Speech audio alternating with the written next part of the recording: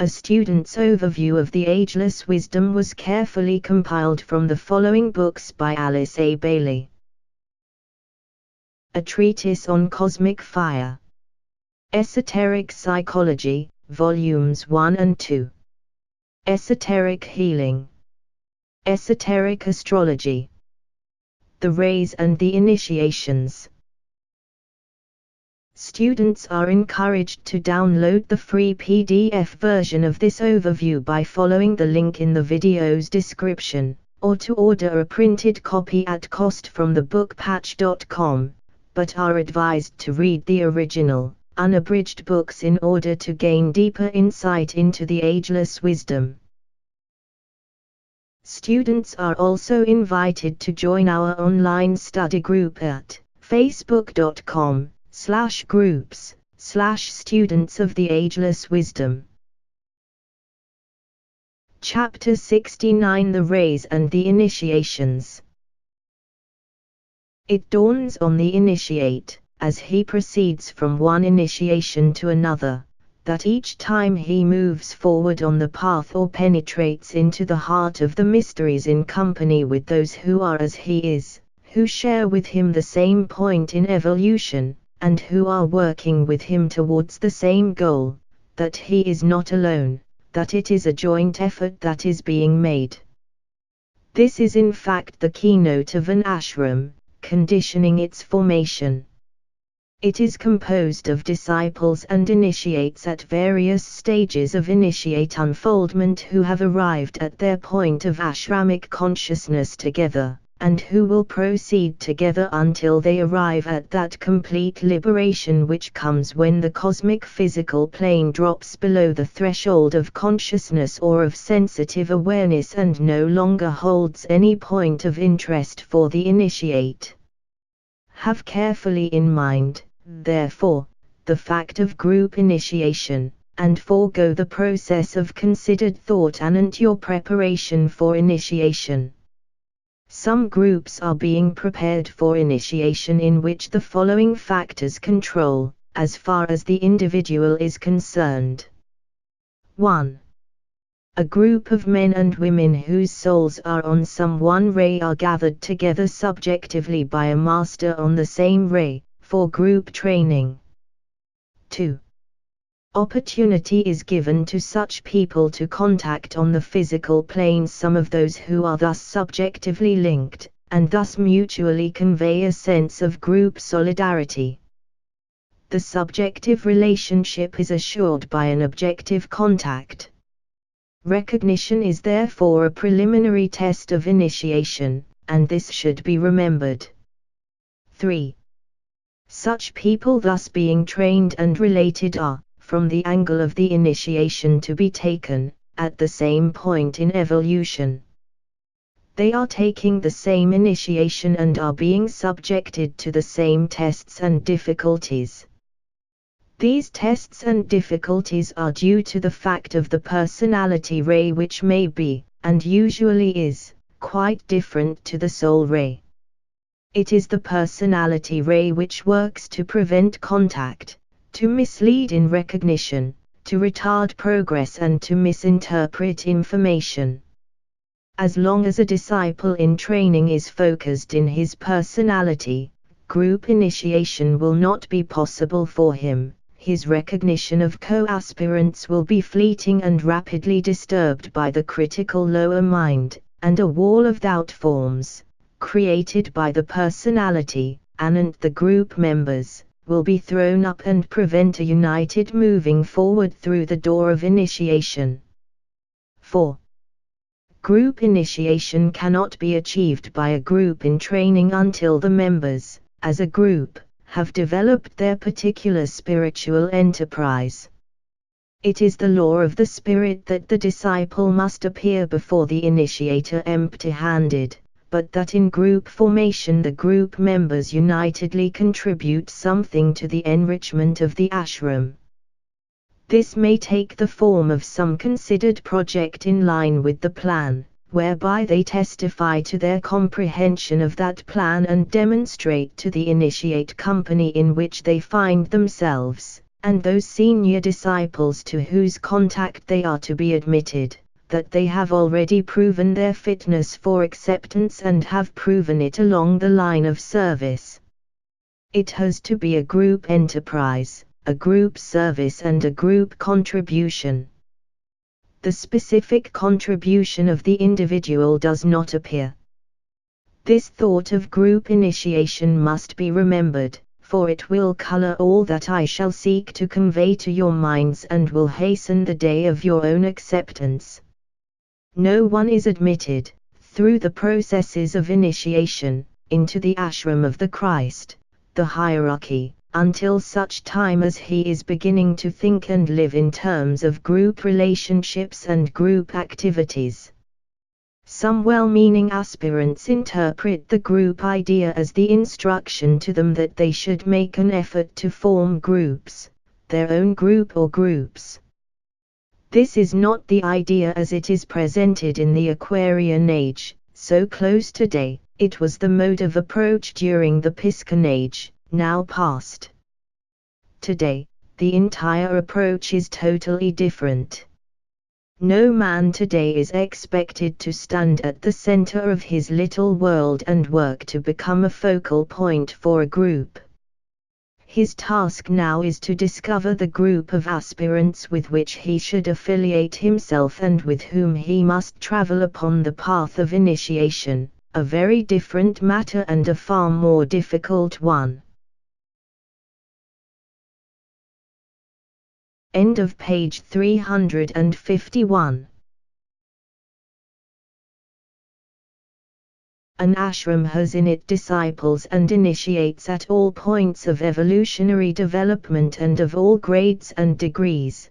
These all work together in perfect unison and yet, within their differentiated ranks, for each degree stands alone yet united with all the others, with their own established rapport, their coded telepathic interplay, and a shared occult secrecy and silence which guard the secrets and knowledge of one grade from another and from the unready.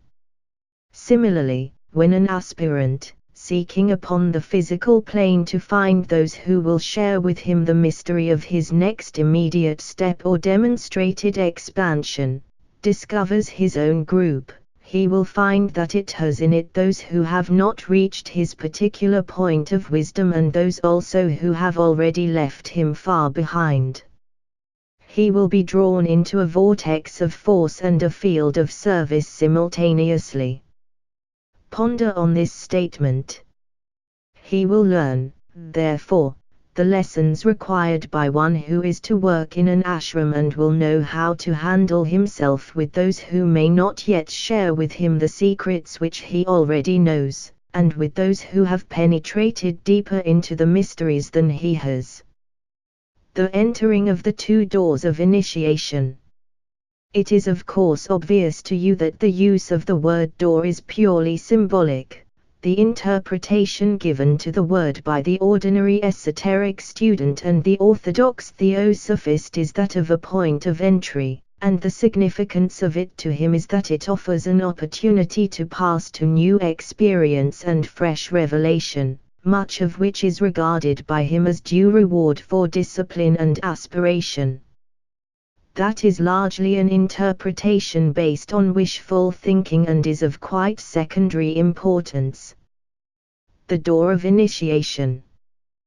The real meaning underlying the phrase door of initiation is that of obstruction, of something which bars the way, of that which must be opened, or of that which hides or stands between the aspirant and his objective. This is a much more exact significance and one much more useful for the aspirant to grasp. Naturally, the character development must be present and assumed to be stable in the man's equipment. These characteristics have, however, little bearing on initiation and passing through the door on the path. They are indicative of the point reached upon the path of evolution, as a result of experiment, experience and continuous expression, and should be common to all aspirants who have reached the point of facing discipleship, They are unavoidable developments and connote simply the reaction of the personality to time and experience.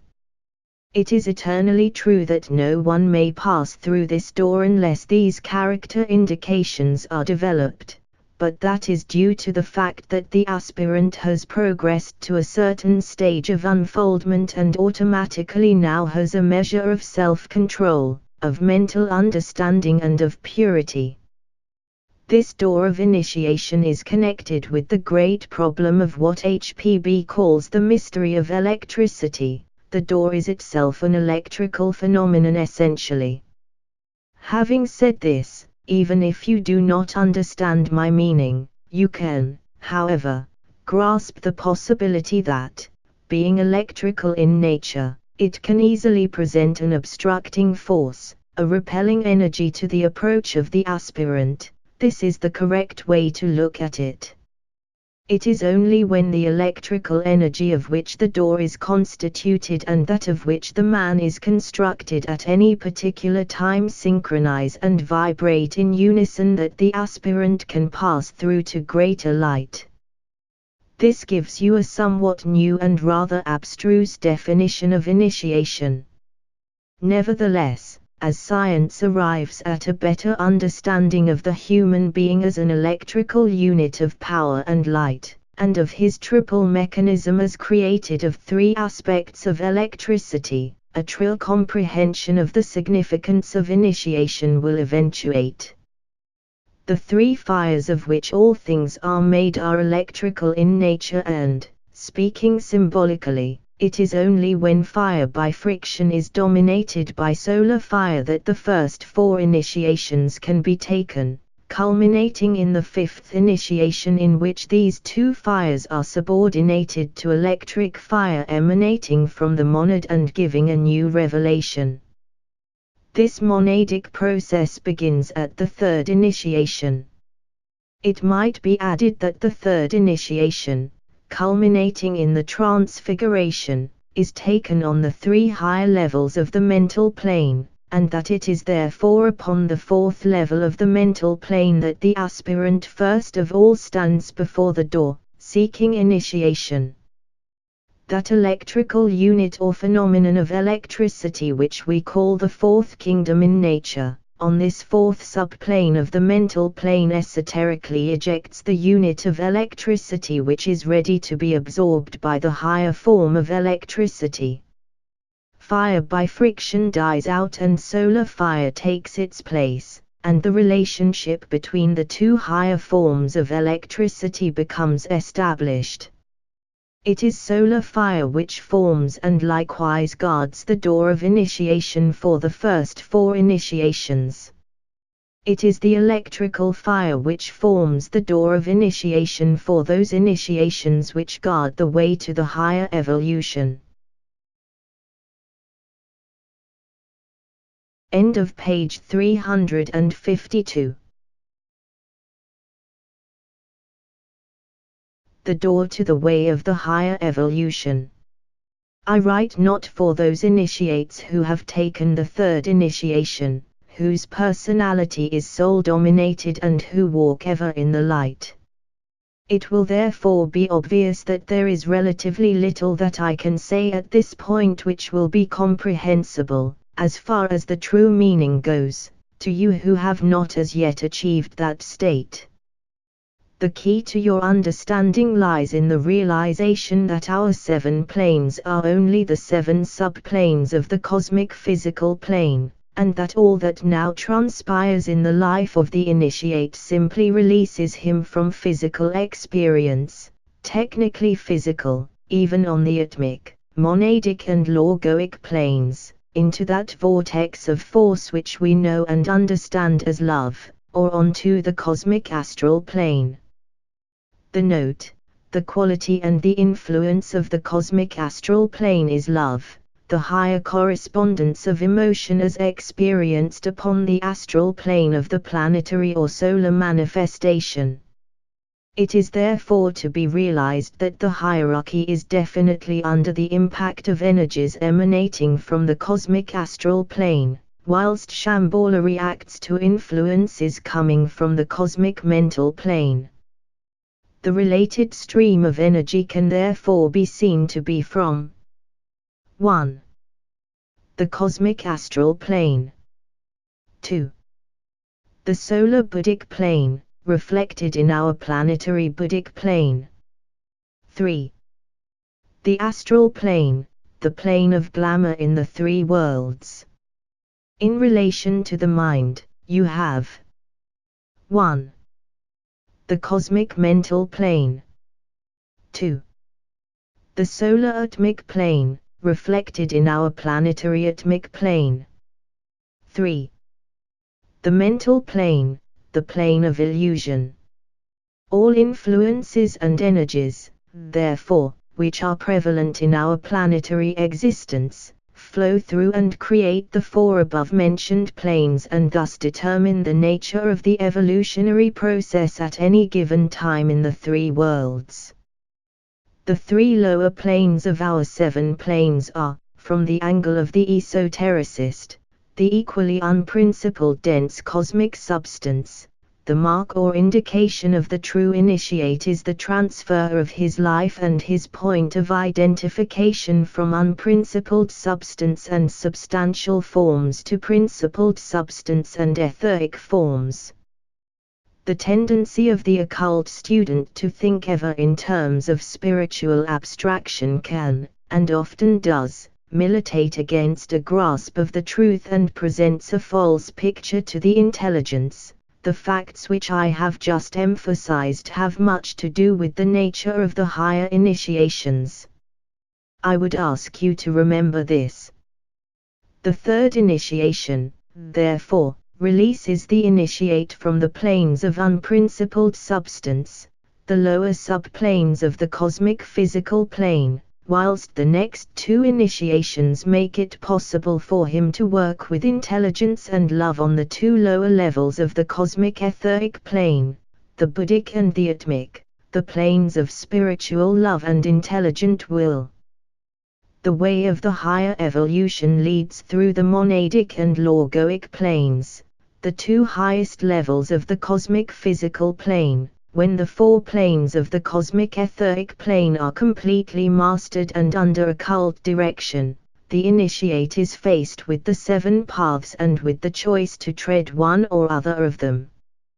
His choice is naturally dependent upon ray determinations and past activity, but is nevertheless a free choice, because all limitation has been removed, all wrong identification with physical forms is now impossible. And the initiate's only limitation is that imposed by entrance into cosmic levels of awareness with which he is still unfamiliar.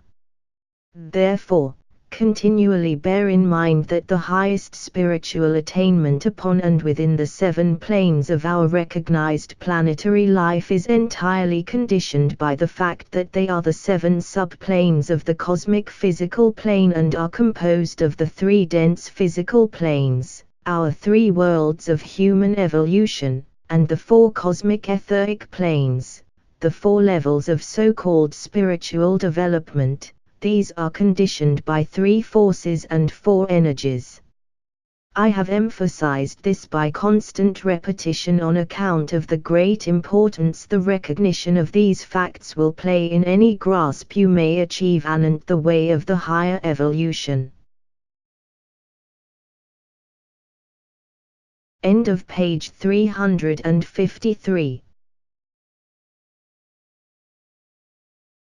Students would do well to bear in mind that these relationships are the result of the involutionary activity of the life expression of the Lord of the world. The key to the mystery of differentiation is found by the Master when he is faced by the choice of the seven paths. At that high point of will expression, he discovers the secret of that evolutionary process which proceeds from unity to differentiation, and from differentiation to unity again. Individualization, initiation and identification are the three main stages in the evolutionary activity of the life of God and condition the quality of each of the three divine centers. The four related subordinates, enumerated above, eventually produce a synthesis which will consummate upon the cosmic mental plane. This is of course beyond my powers to teach or to explain, as I am not yet a liberated master, though I am a liberated human being. The dual life of a master. 1. The brain is a most delicate receiving and transmitting apparatus. A. It is responsive to information relayed to it, via the senses, from the emotional plane and the mind. B.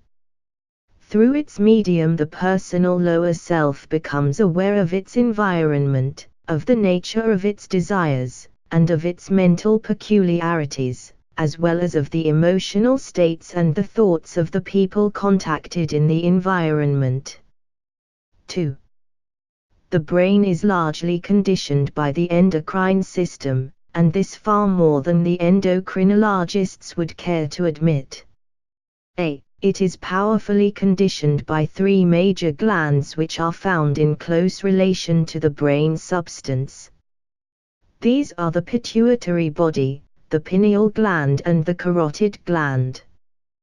B. These form a triangle, practically unrelated in primitive man, occasionally related in average man, and closely related in the spiritual man. C. These glands are objective correspondences of the three energy centers, by means of which the soul, or the indwelling spiritual man, controls his physical vehicle. D. Where the relation is close between the three glands, as is increasingly the case where disciples are concerned, a triangle of circulating energies is always established. E. This triangle, through the carotid gland in the medulla oblongata, becomes related to other glands and centers. 3. The brain, as transmitter, becomes a powerful directing agency. A. As a recipient and transmitter of pure energy or life, it uses the carotid gland controlled by the alta major center, and establishes a close relation with the heart and the heart center. B. As a recipient of mental energy or of energy from the soul, the ajna center becomes the directing agency. This is the center which controls the pituitary body. C. These energies are received via the head center, which controls the pineal gland. Emotional energy enters the personality system via the solar plexus center, where it either controls or is transmuted and elevated. It is this triple mechanism in the head, both objective and subjective, which uses the physical brain as a receiving agent and as a transmitting agent. It is this which is brought into creative activity and thus under the control of the disciple in training or in process of being prepared for initiation. Let him learn to control and consciously employ the mind. Let him train his mind to receive communications from three sources. 1. The three worlds of ordinary living, thus enabling the mind to act as the common sense. 2. The soul, and thus consciously become the disciple, the worker in an ashram, illumined by the wisdom of the soul, and superseding gradually the knowledge gained in the three worlds. That knowledge, rightly applied, becomes wisdom. 3. The spiritual triad, acting as the intermediary between the monad and the brain of the personality. This can eventually take place, because the soul and personality are fused and blended into one functioning unit, this superseding again what we mean when we use the erroneous phrase the soul. Duality then takes the place of the original triplicity. End of page 354. One of the tests of the initiatory process is a hitherto totally unexpected one. Tests which are expected and for which preparation has been made do not constitute true tests in the real sense of the word, esoterically understood. It is a test, imposed with increasing rigidity as initiation after initiation is taken, to see just how far the initiate is capable of retaining or preserving in his brain consciousness the registered facts of several worlds or planes of consciousness, i.e., the three worlds of human endeavor and the world of soul consciousness, or both of these and the world of the ashram, or again these and the activity of the hierarchy itself, viewing it as a complete whole, or again, of all these and the world of triadal experience, until the point is reached where a straight continuity of consciousness can be registered and held, which comes directly from the council chamber of the Lord of the world to those masters who are functioning in a physical body and must therefore use a physical brain. In every single case the test, in order to be passed correctly, must involve the brain consciousness. The facts, registered upon the subtler planes, must be correctly registered, recognized and interpreted simultaneously upon the physical plane. You can see for yourselves that this is a major and most necessary indication of a developing awareness. A master has to be aware at any time on any plane and at will. It will also be obvious to you that this will be a growing and an increasing perception for which the intermediate stages, between initiations, prepare the initiate. Gradually, each one of the five senses, plus the common sense, the mind, has to demonstrate the effectiveness of its higher correspondence and thus of a developing subtle apparatus. Through this apparatus the initiate is put in touch with widening areas of the divine state of mind or with the planetary consciousness, until the mind that is in Christ becomes truly the mind of the initiate, with all that those words entail of meaning and esoteric significance. Consciousness, sensitivity, awareness, planetary rapport, universal consciousness, these are the words which we must consider, sequentially developed and in their truly esoteric sense. The dual life of the disciple.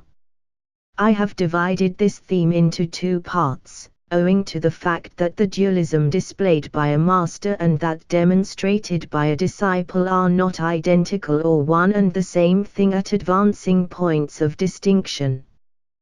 The subject, when you first approach it, seems of a relative simplicity, but a closer consideration of it will present great and unexpected dissimilarities.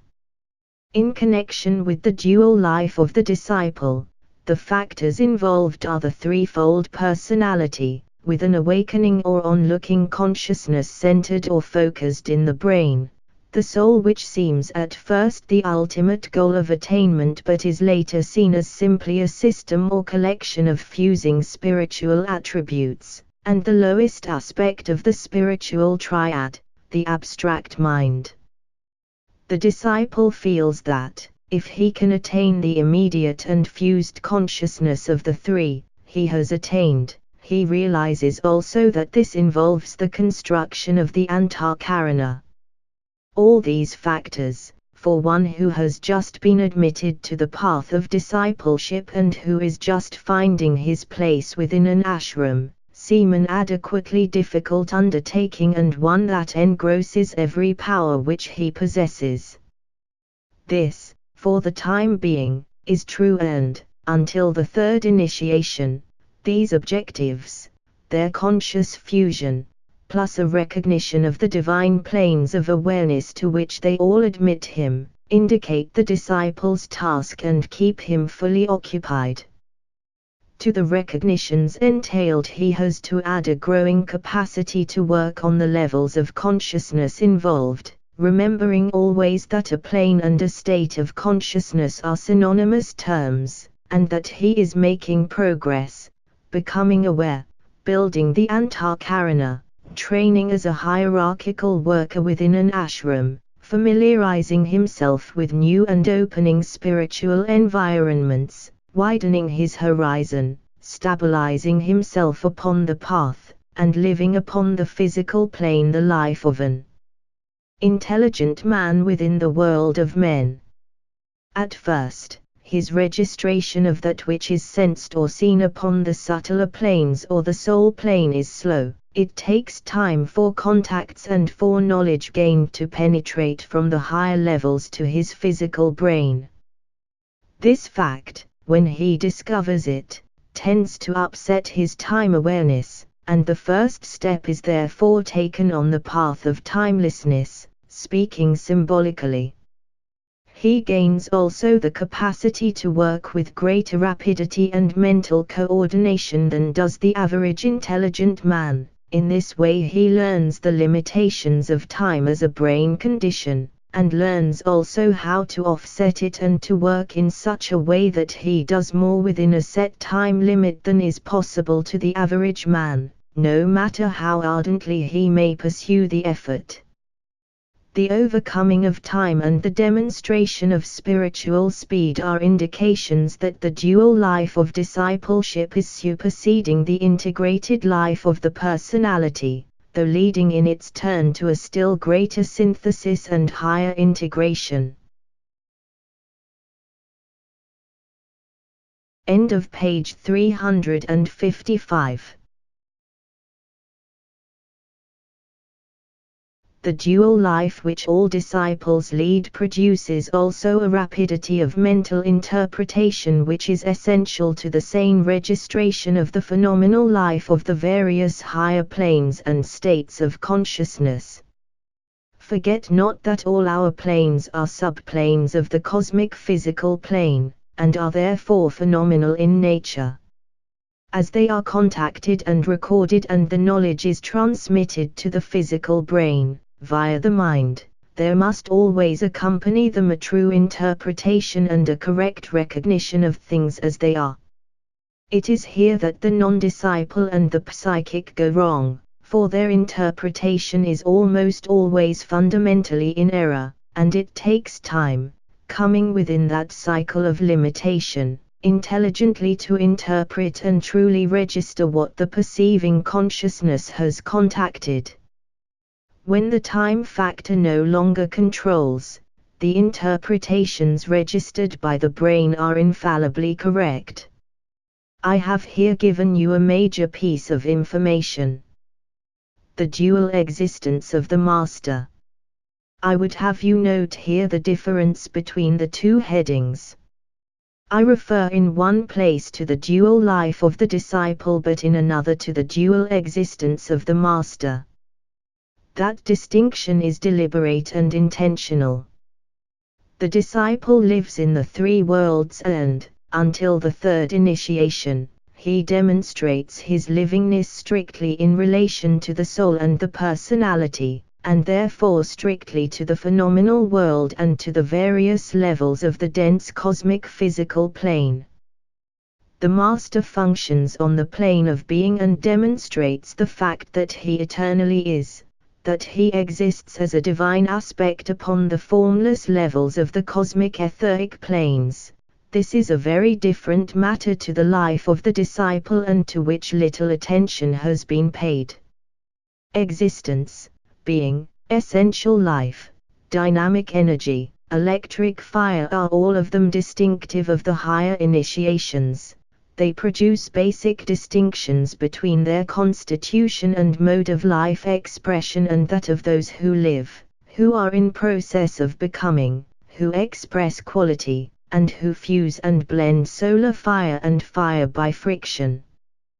Being and existence are not the same as becoming or of qualified appearance. It is largely a question of emphases. A master has synthesized within himself all for which the advancing disciple longs to express, all that is possible as expansion, plus an emphasis upon the dynamic life aspect, plus an ability to stand immovable in pure being. Here again I find it hard to express that for which no words are to be found. End of chapter 69.